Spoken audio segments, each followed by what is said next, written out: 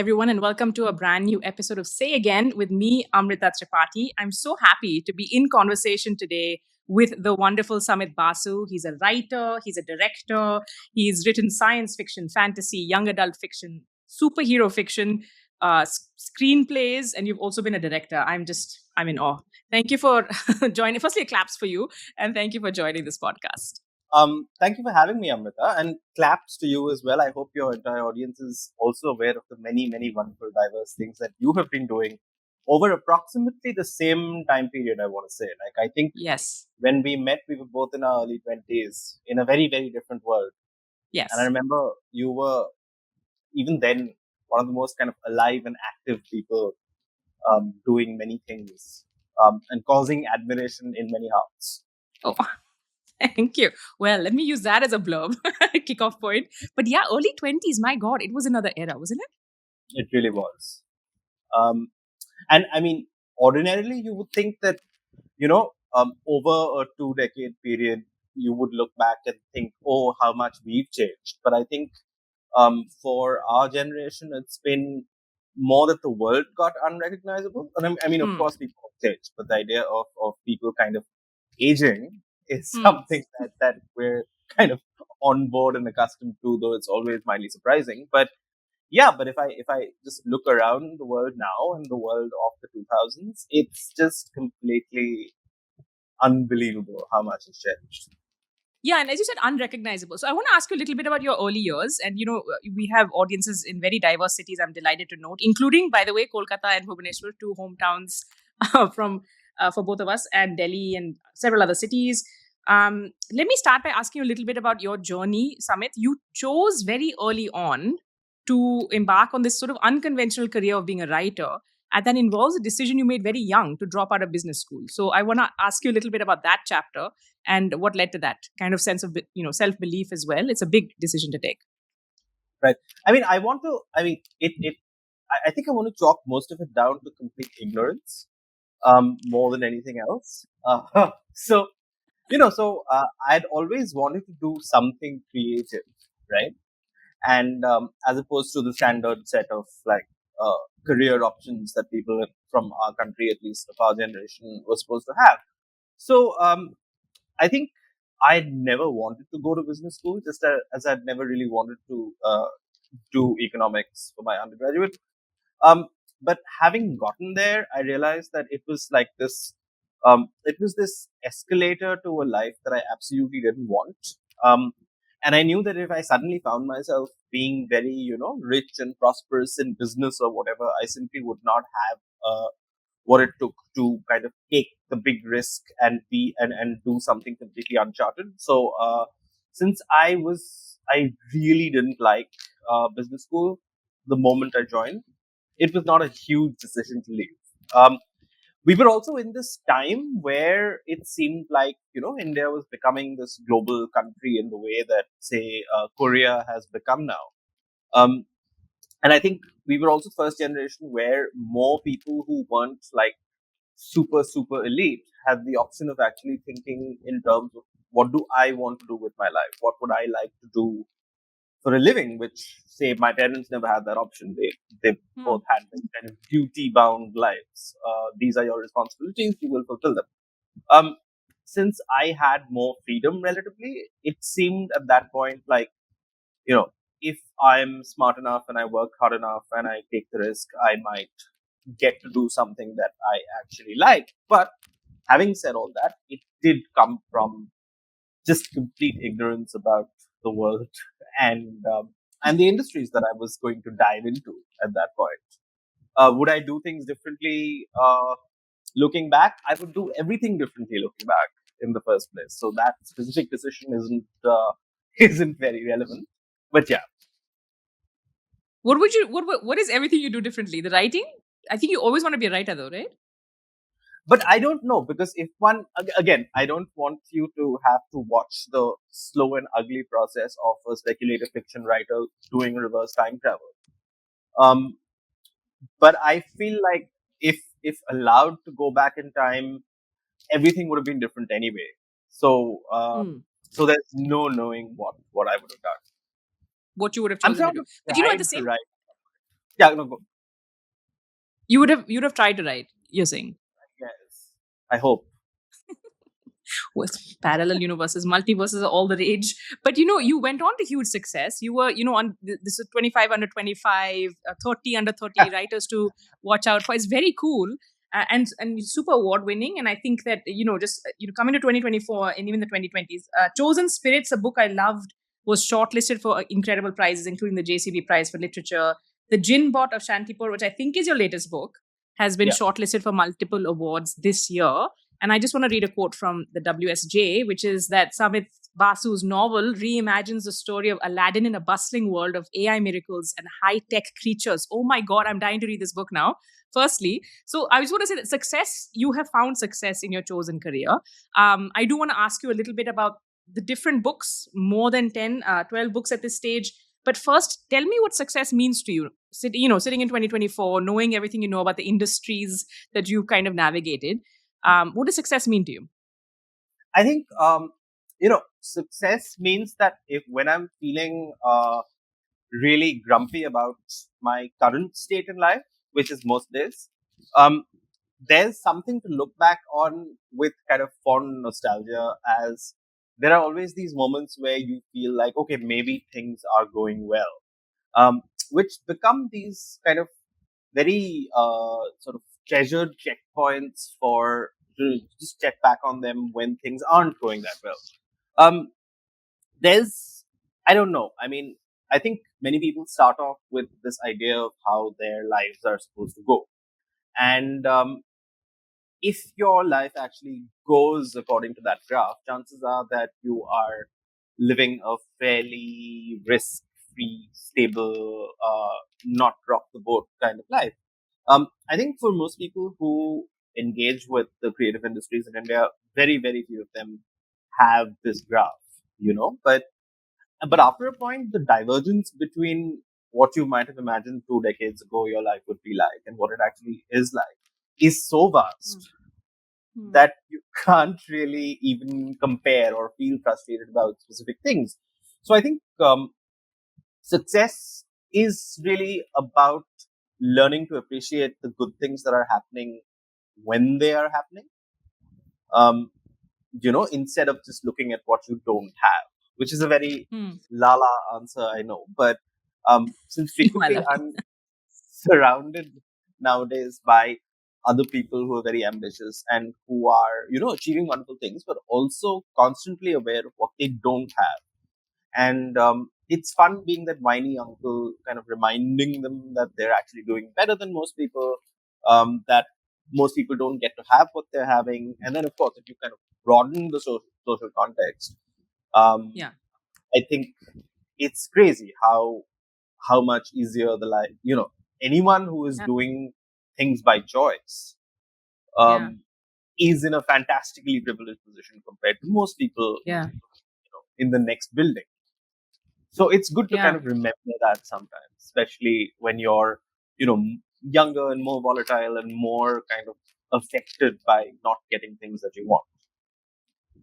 Yeah. And also, like, in terms of expectations, I feel like, we tend to also really want something, and then you get it and you're already looking for the next thing, like it's like this goal on, and writing isn't, meant to be like that, but it certainly feels like all of modern life is like that, right? Like it's whether you're kind of looking at your social media, whatever, following or your post, one does really well, and then you're like, why are the next five not amazing? Why do people not love Yeah. me? And like, you kind of spiral. So if I were to ask you, what do you think, whether it's your writing or otherwise, what do you feel is the most impactful thing that you've done? I don't know, in the sense that it's very difficult to gauge impact, you know, any kind of external impact of anything that you've done because, and this is becoming more and more drastic every day because the kind of the reality bubbles that we live in, um, there are so many, first of all. And, um, so I don't really know what the most impactful thing is that I've done. Um, but if I were to look at it in aggregate, I would say that, um, probably more than any of my work, I think the decision to, if you're talking to a lot of younger creators and other people who are going through the same thing that you did, without any kind of context or knowledge, or without the many privileges that you don't know when you come in, that it would have helped if you had those. Um, Helping a bunch of kind of younger writers and younger creatives in various spaces, um, kind of navigate their early careers has been very rewarding for me. I hope it's had a positive impact on them as well. Um, yeah. I love that. And you're also so good at giving advice. Anyone listening, I feel like if you can make some with your friend, please do. Put in the 20 years of being his friend. And then, like me, you can like literally pick his brain and be like, listen, I need to know what is the deal with X, which we won't get into. Terms and Well, conditions of you are never someone who has ever particularly needed advice, Amrita, because you have always been at the forefront of doing cool things. So I think, yeah, but but you're very good at receiving. You're very good at receiving appreciation gracefully, as you will now demonstrate. I'm sure. Well played, There sir. you go. Well played. You deflected that compliment very well. I have to try and slip a few more in and see how awkward you get as we go. But no, but jokes apart, I feel like you're absolutely right, because you also came into this industry. If we map the trajectory of your writing career to where we are today, you've seen so many writers come in. You've seen the industry itself change.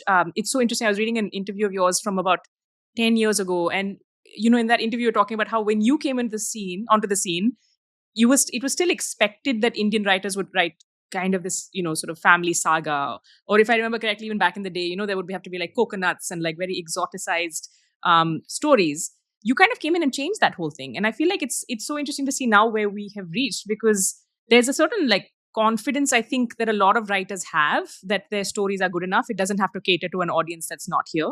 Can you talk a little bit about that? I mean, it of course means that the industry has grown, etc., etc. But can you talk a little bit about that change that you've seen? I love the very idea that I have been responsible for any change, because I Take do it not. Um, single-handedly. because first of all, has anything changed? Because I Well, feel like people are still like, there is still that industry.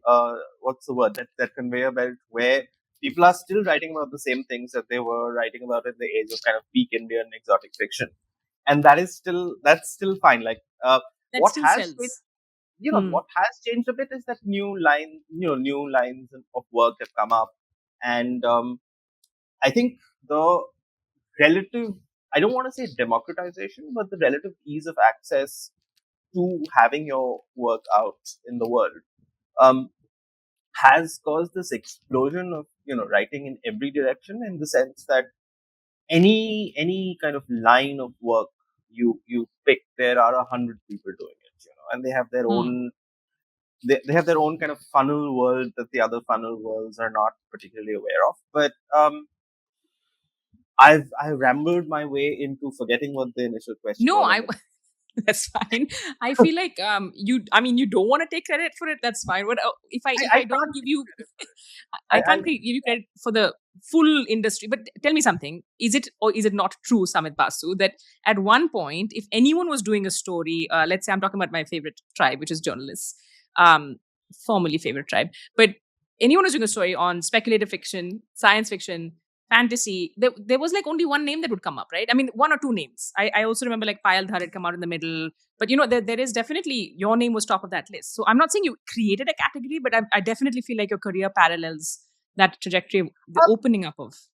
yeah, I think I was the only one lucky enough to kind of find an audience, um, that was vaguely sustainable. I mean, we are talking publishing budgets, and you are well aware what those are.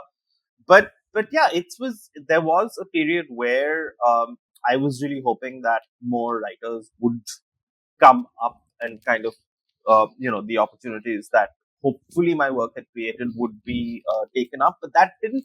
I don't know if that really happened for the first decade, but then, now there are so many wonderful writers doing work in all of these spaces, and while I don't think that I don't think that I can take any credit for their careers, but it's been great fun kind of being a part of their careers, in the sense that, where where like you change and burp a baby. I'm blurbing these books, um, and sending them out and telling them these are the first few potholes that you should not fall into, um, which has been great fun for me, because And I think this is something we've discussed before as well. There's, um, that thing of, I have been through this fairly tough experience, um, and then you're either a person who feels therefore everyone else should as well, Hmm. or you're a person who feels that I can maybe prevent other people from falling into that exact same pothole as I Hmm. had. And I think a lot of our conversations in the past have centered around kind of not being the former category of people Yeah, and kind of exactly. making fun of people who are. Which we won't get into with specifics on this just yet until chapter two. But I'm happy but to. you're right, So, and that speaks to empathy, which I keep asking people about. But before I come to how you look at empathy, the ecosystem, can I ask you a little bit about we talk a lot about the success and accolades and awards, which deservedly so. But at the same time, all of us have to go through these sort of cycles where sort of ups and downs are part of life. How do you deal with failure when it comes, if it comes? Is there any chapter that you can talk about, are you comfortable sharing, and what's helped you get through that? well, I think for every success, there have been about 40 or 50 failures, right? So you know, um, I've lost count of the number of years I've just kind of wasted chasing projects that didn't go anywhere. And while over time you learn to realize that it's not you failing, it is just an inefficient and incompetent system. And there are social barriers that you cannot overcome with, hard work and uh, quality of work and all of that. And there are so many intersecting glass ceilings and structural changes, and these are multi-generational change fields like everything else in the world. And I think when you're young, you start off thinking that you know you're special in some way, and then if someone else hasn't managed to achieve something um, that you have, then it's because you were intrinsically better at doing the thing and all that. And I think if you survive in any of these fields, it's because you kind of disabuse yourself of these notions. You realize that the sheer extent of to which just luck and privilege and things are factors in any success you've had um, becomes more apparent, and also helps to explain the failures that you've had. It wasn't just you. I mean, you could have been better, obviously, at anything that you did, but it was also impossible in that time and that place for the thing that you wanted to happen. Hmm. So um, I think there are around 40 to 50 films or shows that I started work on, which never saw the light of day. I was determined kind of to stay in Bombay until I had one IMDb credit, which I managed to get, and then immediately left before the pandemic. So in terms of failures, I think there are many many many projects that have just either not happened at all, or happened but completely not in the way that I wanted them to, or hoped I could save them from being, and things like that. And this is not just in movies, but also even in comics and various other fields. There are always things. It's not just things not going the way you want them to, but things that could have worked out so much better with so little changing in the backstory. Um, I guess you just move on. I mean, you move on and you try to not um, let the kind of disappointments and frustrations of the failure prevent you from trying things again. And hopefully, it also teaches you to try things a bit smarter and not repeating mistakes. I think is key. Um, I have, I think, I can take a certain pride in making millions of mistakes, but them being fairly different from one another, as opposed to, oh look, I've done this again. That's really funny. Millions of mistakes, but for the first time each time. I love it. Yeah, No, but that's really discovery. incredible to hear. So 40 to 50 films. So your IMDb credit, I have to say again, when I was researching for this, the chat what we're having, I was so impressed with this IMDb credit. You were the writer and director for Bollywood Express, and I'm like, wow, I never knew you had an IMDb credit until yesterday when I was googling my last minute notes to ask you. So it's Yeah. very cool. It's really something you should be proud of. The fact that you lasted that many, saw a really successful project through. But at the same time, I do want to ask you, because when writers come to you, I feel like the questions that writers come to you with might have changed over the years. And can you shed some light on that? Because I know, at one point the big thing was, one is, of course, how do you get published? I also get that. Two is, which I don't get because I've not been published in the US, but you probably get now. How do you get a book deal globally? And three must be about the film industry. So can you share a little bit about what are common questions you get? How do you feel them? And what's your advice to people who want to break into any of these different markets or mediums? What would you normally say? I actually don't get a lot of questions because I've also become much more of a mysterious ghost-like figure. Um, and very and kind of very deliberately, I'm not. I don't have an open and welcoming face or attitude. What is Ram?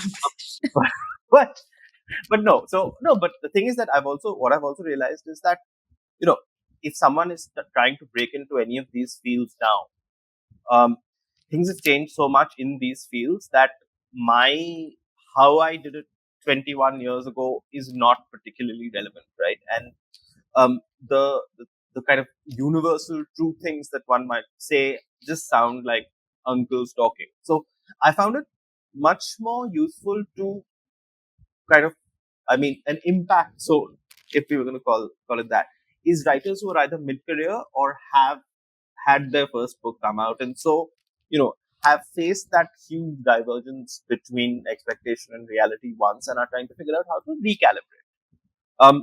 Because nothing prepares you for life in any of these fields, right? So you can receive any amount of good advice, reading things on the internet or talking to whoever, but um, it's only after you experience it for yourself that you actually see where the biggest divergences between expectation and reality are. These things are also hugely kind of gatekept and hostile, and everyone gets a lot of really bad advice and false advice to go with good advice. So I kind of care stay out of people's lives at that point of time. Otherwise, it just seems like okay, depressing uncle has come, and I don't like being depressing uncle. There's whiny uncle and depressing uncle, two avatars that have surfaced. You don't want to be the depressing uncle. Yeah, we were talking about gatekeeping in our Yeah. last chat. I can't get over how much of a thing that is. So okay, so you that makes sense. But I do want to ask you, if anyone is listening to this who's younger, maybe in a tier 2 city, let's not talk about Delhi, Mumbai, the metros, who wants to be a published author and has a story, and let's just presume like talent and good intention, etc., etc. Yeah. What would your advice be to this person? I would say finish the book.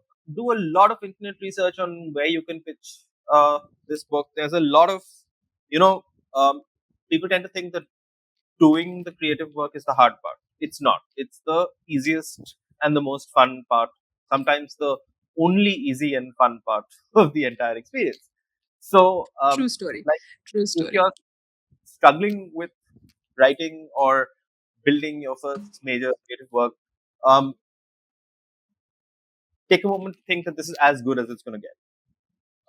You're- um, but after that, I think um, I would say infinite patience is required, but also a great amount of caution.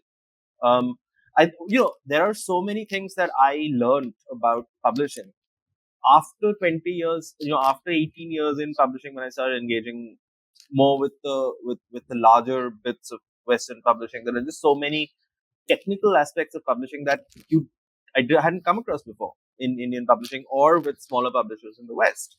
Um, so it is really a process of continuous learning, and um, also the front end of the industry continuously changes. Like if you had told me in I don't know 2002 that many years later I would have to be telling writers, no, don't worry about being a book talker, you know, and in that era, I think smartphones weren't a thing yet. Like the mobile telephone had just come. No Facebook, no Gmail, um, no social media at all. So Imagine. you can't Yeah. really you can't really see what's coming. But Yeah. at best, you can kind of figure out what mistakes you made and not made them again. So in terms of advice for new people, I would just say like I think the thing I would say is figure out your income separately Hmm. and figure out. time. Don't jump into the deep end like I did, because it's a world where it's getting harder and harder for people who don't have tremendous pre-existing privilege to make any kind of mark in this super saturated media ecosystem in every single field of work. Pragmatic uncle has come. That's very realistic. Thank you for that. That is, just a couple more questions for you though, for this chat at least. And I hope we'll have some, questions to put to you from audiences later. One is, there's so much talk now about, Gen AI. It's changed everything in terms of the creative space, of course. There's pushback from a lot of writers and artists globally about how, these the LLM models have been trained essentially on free labor, right? With all of the scraping of data that's been happening. There's also the fact that, some of these tools are really helpful when you're trying to, build a business, when you're trying to do things, when you're trying to do your social media, etc., etc. Where do you What's your take on AI? And because I've also been hearing from people who are like, oh, whether it's in publishing or writers or people who want to be creative, saying like it's so much easier to just pop something in a chat GPT. And you can see that's already happening and, very well documented in colleges or, kids writing essays based on chat GPT and then getting called out. What do you feel about this sort of trend right now? See, I feel like just because LLMs are terrible now doesn't mean that they'll continue to be terrible in the future as well. Um, what what I find very worrying about them really is not on the front line of, is this art? Can they create art? It's not, and they can't. But um, but the fact that the casual adoption of cost cutting software, which is basically all this is going to make life a lot more difficult for people who don't have the privilege to just kind of sit around and be creative, or don't have the relative luxury of, I can make the next leap with confidence because I have a track record of some kind. So it's going to make life very difficult for people who actually have to make a living and would previously have maybe, made a living writing for art journals or corporate communications and all of that kind of backup writing stuff. Or whatever, this whole content ecosystem that people had been, getting freelance income from while they were trying to find time to make their own work. So all of that goes away, and not because what the LLMs are producing is better, but because it's cheaper. Yeah. Right. So we go from, I remember, in the late 90s or whenever it was. And of course, I had no understanding of social privilege or, media power plays and all of that when I was a student. But I realized later that that generation of writers were all insanely privileged people. And I think the wave of writers who were coming up in the 2000s, the early 2000s, kind of inspired by Indian writers of the 90s, were people who had kind of been shown the shiny end point of all of this, but didn't know that, there weren't miraculous ways by which you could spend 6 or 7 years doing nothing but working on your book. Yeah. So the problem is that as a result of all of this AI stuff, it's going to go back to being a very, very small set of people who can write, and who can publish, and who, the systems that exist in these industries um, can handle very, very few of these people. And that's a bad thing. That is a bad. So exacerbating also the inequities that we already see, which have Yeah, crept in. yeah. So, so the internet and all of these new tech, all of them was supposed to make things more democratic and all of that. But as we can see, it hasn't. Um, but what it had done is provide more opportunities for people to find very diverse ways of putting their work out there, even if it didn't help them kind of shoot to fame and success and all of that. But I think that circle of opportunity is going to shrink again, thanks to Yeah. AI. Sigh. Okay. Okay. I'm so Let me. I'm so sorry. I will give a really positive answer to whatever the next is. Okay. Two final questions for you. I keep saying two, but then these are the two final questions, given duration and time spans and attention spans. What are you reading or listening to or consuming right now that you like? So this is automatically. And I'll give you time to think about the last question, which is something you're grateful for. So first, what are you reading or listening to or consuming that you like? Right. So right now I'm reading a bunch of books and watching a bunch of shows and films that are set in the entertainment industry. Um, the last thing I saw was this new show called The Franchise, but and I'm also kind of trying to look for shows that are in the kind of mood space of Succession and Industry, which are recent shows which I absolutely loved. Um, I'm the next thing I'm going to read is, of course, then I blank out completely. This book called The City in Glass by Nee Vo, who is one of my favorite new writers in speculative fiction. Um, what was the question that something that I'm grateful for? Yes, final question. Yeah, Something final question. What I'm grateful for, and I'm grateful for my friends. Um, you know, um, I often worry that I'm kind of hedgehogging further into this very kind of isolated existence. But then when I look around, I see this marvelous array of really interesting, wonderful, lovely people. It's not like I meet them all regularly, but over the last 2 decades and before in school and college, there are just, people around who make life better. And that's something that I'm really good. I love that. That's so nice. I'm also smiling because I'm just including myself in that, whether you like it or not.